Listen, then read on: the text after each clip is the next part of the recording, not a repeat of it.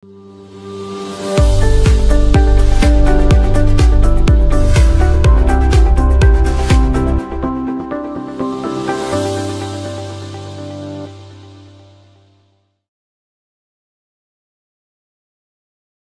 tamu undangan dari semua unsur yang hadir pada hari ini, teman-teman pengusaha, pemerintah Provinsi NTT, dan juga dari berbagai unsur yang hadir pada hari ini. Bapak Ibu sekalian saya hormati, saya tidak siapkan materi tertulis seperti dua orang yang tadi sudah menyampaikan dengan sangat hebat, Pak Kepala Perwakilan BI dan Pak PJ Gubernur. Saya sampaikan saja nama juga insight, saya sampaikan poin-poin penting yang perlu jadi perhatian kita bersama. Pertama, tentu kita sama-sama paham bahwa kondisi dunia saat ini tidak sedang baik-baik saja, dan pasti turbulensi ini menyebabkan semua rantai pasok, semua supply chain satu dunia ini pasti akan mengalami gangguan yang serius. Dulu kita cuma punya persoalan Ukraina sama Rusia, tambah Israel sama Palestina sudah beres, tapi rasanya dengan tadi disampaikan tadi Trump jadi presiden ini, hubungan Amerika yang sebagai biasa polisi dunia untuk menjaga berbagai hal ini, dan itu Trump dengan sadar dari awal sudah sampaikan, keluar dari berbagai perjanjian internasional pasti mempengaruhi peta dan kondisi dunia hari ini, termasuk soal ekonomi. Jadi dengan kondisi seperti saat ini yang kita lihat, dipastikan bahwa kondisi global ini akan mengalami turbulensi yang pasti serius. Nanti hitung-hitungan kayak gimana nanti urusan Pak Agus sebagai perwakilan BI di NTT yang nanti menyampaikan kepada kita semua mungkin di kesempatan lain terkait hal dampak dari kondisi global ini. Di tanah air sendiri saya pikir Pak Prabowo dengan sadar sejak janji kampanye sampai saat ini itu juga menyampaikan tentang keinginan beliau untuk memastikan agar anggaran yang ada ini juga sampai pada yang berhak dan tidak banyak kita punya lemak-lemak ekonomi yang tidak terpantau dengan baik. Saya pikir yang Pak Prabowo lakukan hari ini itu bukan hal baru karena sudah jadi janji kampanye beliau. Di berbagai kesempatan beliau sudah sampaikan bahwa akan memangkas, akan mengefisienkan semua anggaran yang itu tidak berimplikasi langsung kepada masyarakat. Dan menurut saya kita tidak usah kaget, karena hari ini kita sedang mengalami masa-masa yang seperti ini. Kalau bahasa Bung Karno itu vivere pericoloso, itu situasi yang kita pokoknya mengalami gelombang yang tidak mudah seperti saat ini. Dan menurut saya ini dalam hitungan beberapa bulan ke depan mudah-mudahan sudah stabil. Lalu yang tadi disampaikan bahwa ada luncuran baru dari Presiden kepada kita semua, ini yang kita sama-sama persiapkan diri untuk sampai pada era tersebut, di mana penggunaan anggaran ke depan ini pasti akan betul-betul didorong untuk menyentuh kepentingan dan belanja publik jauh lebih kuat. Nah, ini yang saya pikir harus kita lihat sebagai gambaran dari kebijakan politik Presiden yang berdampak bagi kementerian lembaga di pusat sampai ke daerah. Uang terkumpul itu kemarin saya dengar informasi itu, dari Inpres nomor 1 saja itu 306 triliun. 256 itu di kementerian lembaga di pusat, 50T-nya itu hasil dari penghematan untuk seluruh Republik untuk transfer daerah 50T, jadi total 306. Belum termasuk lagi yang diambil dari BUMN dan sebagainya itu ada 400-an triliun. Total uang yang lagi disimpan saat ini itu ada 700 triliun lebih. Itu menunggu siapa saja yang punya usul saran yang baik untuk urusan pertanian dan seterusnya itu pasti akan dikasih. Jadi udah kita sedih-sedih di awal, untuk kemudian lebih bersiap diri dengan perencanaan yang lebih kuat, lompatan ke depan saya pikir akan jauh lebih kuat. Nanti yang kita akan lihat mungkin dalam 2-3 bulan ke depan yang akan kita harus antisipasi. Dalam gambaran ini menurut saya, bagaimana Provinsi NTT akan bergerak, mungkin perlu kita lihat cerita sejarah dari waktu ke waktu. Ini saya ambil dari para mantan gubernur yang periodisasinya kira-kira 5 tahun. Jadi yang nanti yang Pak Weng yang 2 atau berapa bulan itu dan PJ sampai hari ini saya tidak singgung secara khusus, tapi saya mau singgung dari gubernur pertama sampai yang sekarang, yang periodisasinya itu panjang. Nanti mungkin Pak Andriko yang agak spesial karena beliau yang terakhir bersama kita. Di Pak Lala Mentik itu kan kita lihat bahwa peletak dasar NTT pertama, itu motonya beliau kan bahwa tidak ada kesulitan yang tidak bisa kita atasi. Ya ini berarti Pak Lala Mentik ajak kita juga untuk urusan dunia surga satu kali jalan. Beliau membuka kecamatan, kemudian juga mulai masuk di urusan pertanian. Masuk gubernur kedua, Pak Eltari, ya itu kami dulu SD hafal betul itu, Pak Andriko ya, Pak Agus ya. Hafal betul itu moto Pak Eltari itu tanam, tanam, sekali lagi tanam. Jadi yang mengajak orang NTT masuk untuk bertanam itu bapak urusan pertanaman ini Pak Eltari. Terkenal sekali itu, tanam, tanam, sekali lagi tanam. Masuk lagi gubernur berikut Pak Ben Boy, terkenal dengan 3 operasi. Operasi Nusa Hijau, Nusa Sehat, sama Nusa Makmur. Itu juga sama, urusannya serbu pertanian, serbu peternakan, serbu perkebunan. Jadi kita lihat 3 peletak dasar NTT ini seperti itu.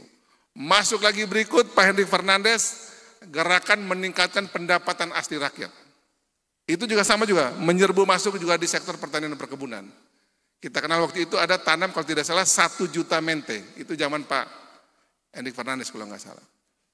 Masuk lagi berikutnya di zaman Pak Herman Musakabe. Kalau Pak Herman Musakabe itu yang membuat kami bermotif begini nih, ini biar kita semua juga jangan lupa sejarah, yang membuat kita bermotif seperti ini itu adalah Pak Herman Musakabe. Itu yang membuat aturan setiap hari Kamis dan Jumat kalau tidak salah ya dulu ya, harus pakai dengan tenun adat. Akhirnya mulai sejak itu kita bermotif, dan saya ingat betul di waktu itu salah satu program beliau adalah gerakan kembali ke sekolah. Setiap alumni sekolah-sekolah di NTT ini pulang kembali urus dia punya sekolah zaman dulu itu. Mau dia SD di mana, jangan sudah jadi orang besar lupa lagi urus dia punya sekolah yang dulu pernah membesarkan dia. Itu saya ingat betul tuh di era Pak Herman Musakabe. Berikutnya masuk namanya Pak Pit Alexander Talo, anaknya ada di sini nih. Ina Talo berdiri dulu, Ibu Ina. Berdiri, Bapak dulu gubernur jadi berdiri. Ya. Ini bapaknya dulu ini punya program 3 batu tungku, Pak Pit Talo itu. Tungkunya itu ada di kesehatan, pendidikan, ekonomi.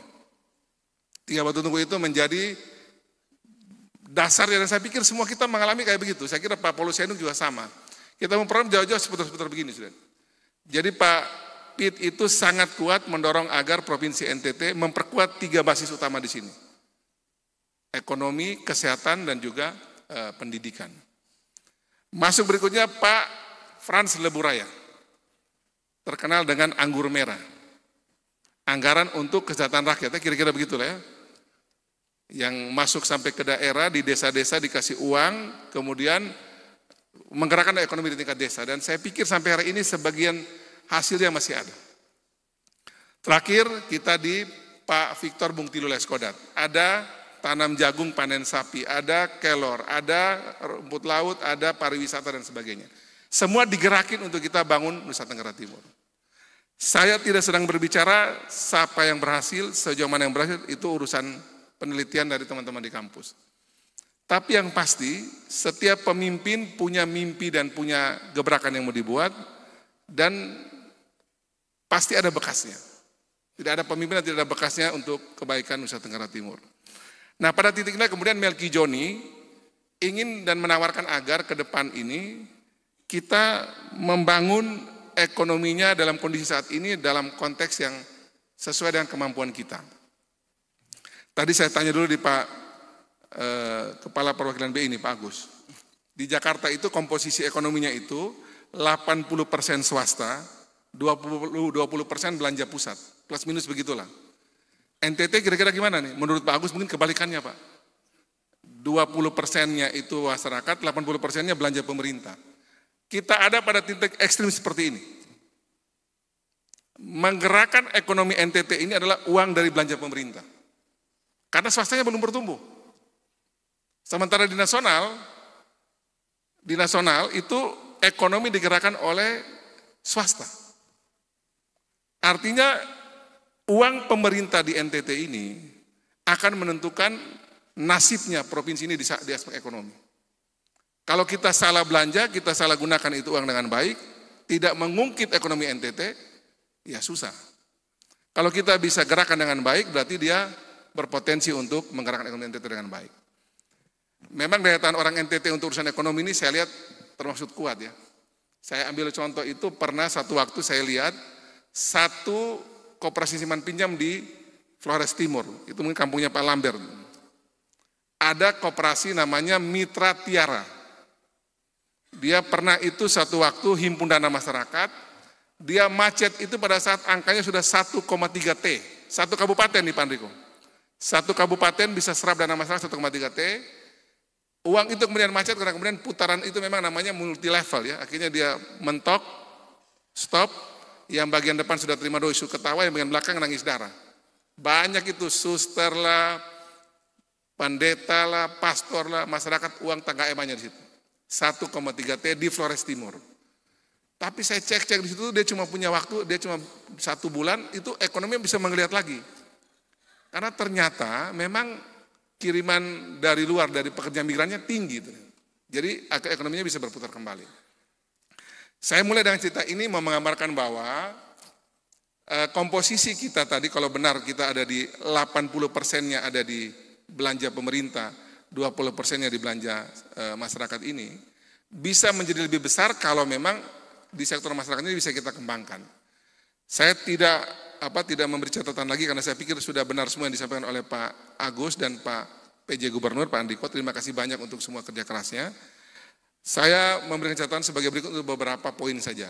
Pertama, ke depan Melki Joni kami pasti akan fokus untuk menggerakkan hilirisasi di NTT. Sudah cukup kita keluarkan barang dari NTT ini dalam bentuk mentah. Sedapat mungkin produk yang keluar dari NTT ini kita mesti keluarkan dalam bentuk jadi atau setengah jadi. Nanti dengan bantuan seluruh kekuatan yang ada, pemerintah daerah, provinsi, kabupaten, kota, juga teman-teman Kadin, HIPMI, dan berbagai pengusaha yang lain, kita gerakin agar hilirisasi di NTT ini mesti jalan, hilirisasi non-tambang. Saya perlu garis bawahi non-tambang, karena ini orang masih tanya ini hilirisasi menyangkut semua kok. Tidak, ini kita non-tambang aja. Karena kenapa non-tambang? Karena kalau kita bicara tambang nanti pro kontra terlalu tinggi di sini. Ini kita masih harus menyelesaikan PR. Pemerintah pusat sudah stempel Flores Provinsi Geotermal. Kemarin kita saksikan Uskup ND punya sikap seperti itu dengan urusan geotermal. Ini masih kita dialog lagi. Urusan geotermal ini biar bisa ada solusi terbaik lah urusan ini di NTT. Jadi hilirisasi akan menjadi program yang akan Melki Joni dorong ke depan agar nilai tambah dari produk di NTT ini bisa kita kembangkan dengan baik. Kami percaya hilirisasi ini akan berjalan dengan baik di NTT ini karena ini juga program dari Pak Prabowo Subianto. Kalau beliau hilirisasinya kan menugaskan Pak Balil ini untuk seluruh jenis hilirisasi. Terutama tambang, terutama macam-macam yang lain. Tapi kita akan fokus hilirisasi non-tambang karena kita ingin kembangkan agar sektor-sektor di pertanian, perkebunan, peternakan, kelautan perikanan, termasuk pariwisata dan sebagainya itu harus ada nilai tambah bagi Provinsi NTT yang bisa kita kembangkan ke depan. Kemudian juga yang kedua terkait dengan investasi. Sejauh ini, baik bersama dengan Pak PJ atau saya dan Pak Joni bersama-sama atau kami berjalan sendiri-sendiri, ternyata sudah cukup banyak juga orang yang melihat bahwa NTT ini perlu kita dorong agar investasi bertumbuh dengan baik. Paling tidak untuk 2 hal. Pertama, optimalkan yang sudah ada saat ini. Kemudian yang kedua, membuka kantong-kantong investasi baru. Kita ini, industri di NTT ini baru satu yang kita lihat dan itu dibangun di zaman Pak Ben Boy itu adalah PT Semen. Yang hari ini kita sama tahu PT Semen itu, ini kalau kita bisa terus terang benerang ya, ini bukan bahasa saya, ini bahasa teman-teman di Jakarta, karena itu kan main suntik terus. Hidup enggan mati tak mau, ini bukan bahasa saya nih, tapi saya mesti cek dulu. Karena itu sudah suntik berkali-kali dari Jakarta pakai, biasa Bank Mandiri yang masuk ke situ tuh, suntik untuk nambah modal dan seterusnya, tapi ya tidak terus berkembang. Nah, di luar Pak Ben Boy bawa yang namanya PT Semen ini, belum ada lagi investasi baru di NTT yang sekelas begitu. Nah, untuk itu kami waktu kemarin beberapa kali ketemu dengan teman-teman di Jakarta, ada hal baik yang saya lihat didapatkan melalui Menteri Bappenas ini, dan beliau sangat serius. Saya sudah 2 kali ketemu dengan Pak Rahmat, Pak Budi, dan nampaknya punya memori dengan NTT yang agak serius nih, Pak Rahmat, Pak Budi. Dia bilang begini, Pak Melki, dia tanya saya begini, Pak Melki, ini kita urus NTT nih, yang penting urus mesti dengan hati. Dia tanya saya pertama gini, Pak Melki korupsi atau tidak? Saya bilang gini, Pak Menteri, kalau saya korupsi tinggal Pak Menteri cek di Kapolda, cek di Kajati, cek di berbagai jalur di sana lah. Kalau saya korupsi, langsung saya tolong dicopot. Dia tanya saya pertama begitu dulu nih, Pak Melki korupsi atau tidak? Tidak, Pak. Kalau tidak, saya tolong dicek lewat jalur itu. Yang kedua dia tanya begini, kalau kita kasih afirmasi dari Jakarta, itu tim pemerintah di tangan Pak Melki bisa gerak dengan harapan kita di Jakarta nggak? Saya bilang bisa, Pak. Saya masih bilang bisa dulu nih, biar ini barang mau masuk kan. Namanya kalau Menteri Bappenas omong itu, tanya Pak Andriko, tanya Pak Agus nih. Itu kalau dia sudah omong begitu, berarti dia akan menggerakkan semua yang dia punya itu untuk masuk ke sini. Dan dia sudah bilang saya nanti 2 hal, Pak Menteri sudah katakan untuk 2 hal, urusan garam dan urusan rumput laut, langsung beliau akan dorong bersama Pak Prabowo untuk bisa masuk di NTT ini. Garam dan rumput laut. Dan bukan cuma omong baru wacana, tapi saya lihat progresnya cepat sekali. Pak Menteri Bappenas ini bilang untuk siapkan diri dengan baik, karena ini akan menjadi salah satu kantong untuk pengsuplai Republik, baik itu garam dan rumput laut. Dengan berbagai turunan-turunannya. Ini saya tidak sebut lagi soal menyangkut Kementan, karena tadi Pak Andriko sudah sampaikan, kalau Kementan ini tinggal kami follow up, tinggal kami teruskan. Kemarin bersama dengan Pak PJ luar biasa, seluruh Bupati, Wali Kota, PJ Wali Kota, PJ Bupati se-NTT, ketemu dengan Pak Mentan, dan saya pikir sangat konkret dukungannya. Ini belum lagi yang lain-lain yang sudah kasih komitmen untuk masuk NTT, tapi di luar Menteri Bappenas saya belum bisa bicara banyak karena on progress dalam proses untuk mereka bantu kita di NTT. Jadi Pak Kaper, Pak Agus yang saya hormati, saya pikir ini acara yang luar biasa. Saya justru nanti banyak mau mendengarkan juga nanti dari para pembicara yang ini pakar semua nih. Pak Sugeng, Pak Saleh, Bu Larasati, kita dengar banyak dari teman-teman yang jadi pembicara. Kira-kira nanti ke depan kita akan nanti berangkat dari kekuatan yang NTT miliki. Kami pastikan bahwa nanti kalau benar ya proporsinya itu 80% ekonomi NTT itu digerakin oleh belanja pemerintah, 20% itu oleh swasta. Kita coba mungkin minimal mendekatkan lagi proporsi lah. Kalau bisa kita buka banyak investasi di NTT dalam berbagai skala, baik itu skala kecil, hilirisasi yang kami akan lakukan ini paling tidak skala kecil itu di level desa atau gabungan desa mesti kita bangun, sampai skala menengah sampai skala besar, mudah-mudahan bisa kita buat juga di NTT. Tapi memang ini butuh kerjasama kita semua, karena saya pernah sekali waktu itu contoh nih, yang itu saya diminta waktu itu oleh Pak Erlangga, coba kita kerjakan tapi belum jadi sampai hari ini, itu misalnya soal pabrik porang. Pabrik porang itu kan bahan bakunya besar ada di Manggarai, induk, Manggarai 33 ini, terutama Manggarai Timur. Waktu itu beliau mau bikin di Madiun. Pabrik porang waktu itu agak lumayan lah. Saya waktu itu karena mendengarkan ada orang mau masuk bawa porang ke Madiun, saya usul gini, boleh nggak kita geser ke Manggarai saja pabriknya? Beliau sudah setuju. 3 bupati se-Manggarai suruh kumpul, omong-omong untuk bagaimana implementasi biar cepat ini. Terakhir juga ternyata rada macet. Jadi baik pengusaha maupun kita semua yang ada di ruangan ini, teman-teman dari ASN, kalau boleh kita agak cepat menangkap peluang agar jangan sampai, kan ini barang ini kan uang di Jakarta ini kalau kita tidak siap dia geser tempat lain. Dia uang tidak ber-KTP NTT ini uang. Program di Jakarta itu tidak pakai KTP NTT. Kita terlambat ambil, ditangkap, larinya ke provinsi lain. Ini syukur sekolah unggulan itu adanya di NTT. Kemarin saya sudah dengan Mendikti omong dengan seseorang, minta kasih data, ini agak lambat dia kasih data. Lama-lama besok bisa-bisa itu tempat pindah lagi ke kabupaten lain kalau terlambat data. Karena sekali lagi program dan uang ini dia tidak pakai KTP dia. Siapa cepat dia dapat. Ini besok uang begitu banyak yang lagi Pak Prabowo pegang ini, kita terlambat juga dia lari di provinsi lain. Karena semua provinsi semua kalau di Jakarta itu lapor susah semua.